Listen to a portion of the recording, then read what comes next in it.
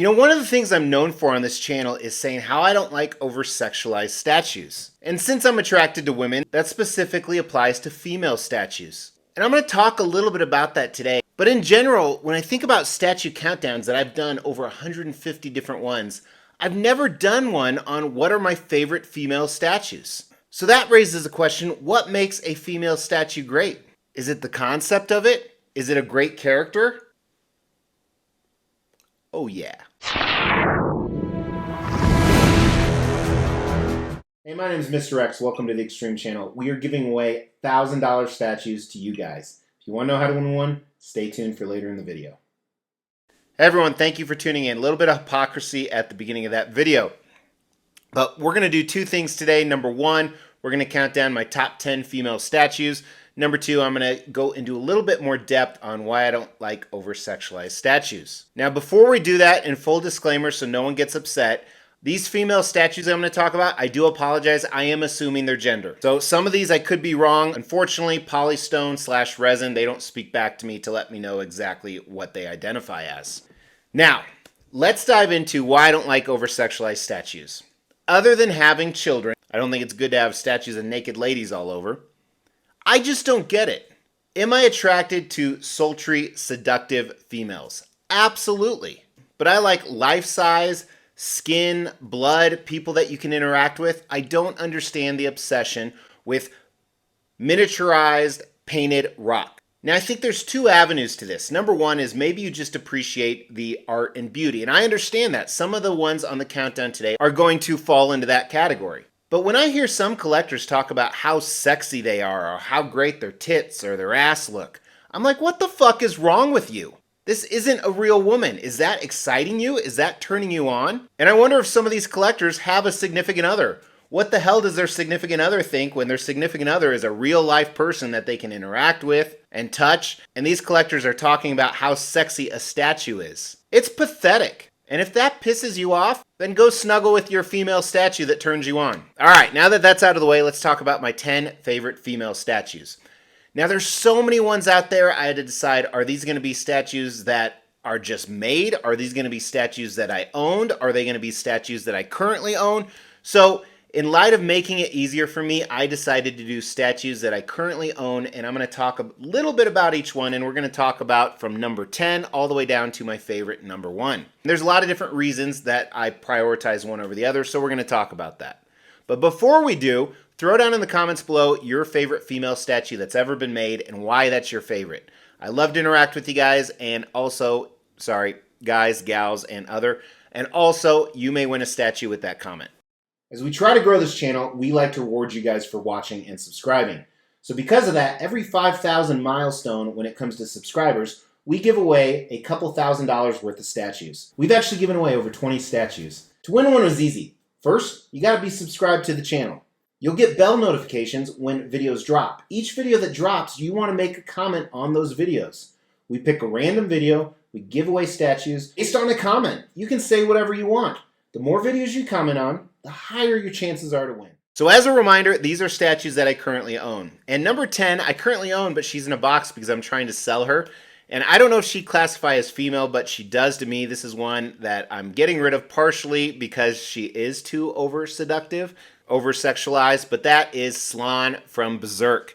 Now this is an amazing statue, such a cool concept. She has a beautiful portrait, very sexy, seductive smile, and she's a demon. I mean, that's just a win-win-win, right? But she comes in at number 10. Number 9 is actually a twofer. And the reason it's a twofer is it's two great characters from the Spider-Man series, MJ and Gwen. And it's almost a forfer. Is forfer a word? Because they have switch-out torsos. But is this custom diorama? Now, the reason why this is such a great piece, not only are both of the switch-outs based off of comic covers, but I love this aspect of the character development of these two iconic comic Spider-Man people, women, sorry, I should say that. But fantastic piece. My favorite female statues, it's coming in at number 9. Number 8 is life-size Infinity Studios Wonder Woman. And the reason this is so great is I think Gal Gadot did an amazing job as Wonder Woman. I don't think they're going to be able to replace her, and I think the likeness is spot on. This is silicone. It looks very real. I did one of those apps once where it actually makes her eyes blink and her mouth move a little bit. It was freaky. I think it was a short on YouTube or TikTok or both. But that comes in at number 8. Number 7 is Iron Studios' Harley. Now, the reason why this is on the list is because not only do I think Harley is such an amazing character, whether it's the animated version, Margot Robbie, I think Lady Gaga is going to knock it out of the park, but I love how this statue captures so many characteristics of Harley. You know, she's maniacal, she's crazy, she's fun, and I think they did a great job. I love the different portraits that, again, capture who Harley really is. Number 6 is the badass right there. It is XM Dark Phoenix. Now, the reason why this is great is it reminds me, hell hath no fury than a woman scorned. She is badass. Everyone's afraid of her. Yet it's Jean Grey, who is also the most subtle person, the most meek person out there, and so powerful. I absolutely love it, and the bird and the flames around it make it an amazing statue, male or female. Number 5, I like because of the female swag and the tude. It's this custom Domino. You know, I was never a huge Domino fan until I saw Deadpool 2 and I thought they represented her well. And I was like, that is a pretty badass superpower. So I got a little bit more into her in the comics, and I think this statue is a great representation. There's so many cool switch out options which all encompass her personality, and the portraits are absolutely beautiful. Is this giant piece from Prime One Studio. Now, this ranked higher in the list for a few reasons. Number 1 is it's so elaborate. I absolutely love that. And again, has a little bit of seductiveness to it, but not too much. So it's not over-sexualized, but it's still brought in that character of Poison Ivy, how she seduces her enemies, yet she's very powerful, and of course has the whole plant aspect to it. Number 3, Prime One Studios' Vampirella. Again, very seductive. Amazing portrait, although I think there was definitely a downgrade from prototype to production. But I really like this piece, and I was really not going to get it because I think it's a little bit too revealing, but this is who the character is from Dynamite Comics, so I appreciate they stayed true to that. They gave a little bit of realism, and again, it works fantastic in the Vampire collection that I have. You may have noticed I haven't talked about any of these Sentinel pieces that you have back here. Or which side? There they are. And this Rogue would be on there, but let's face it, there's one portrait that's okay and the rest aren't very good. So unfortunately, she didn't make the list, but this Psylocke right here did.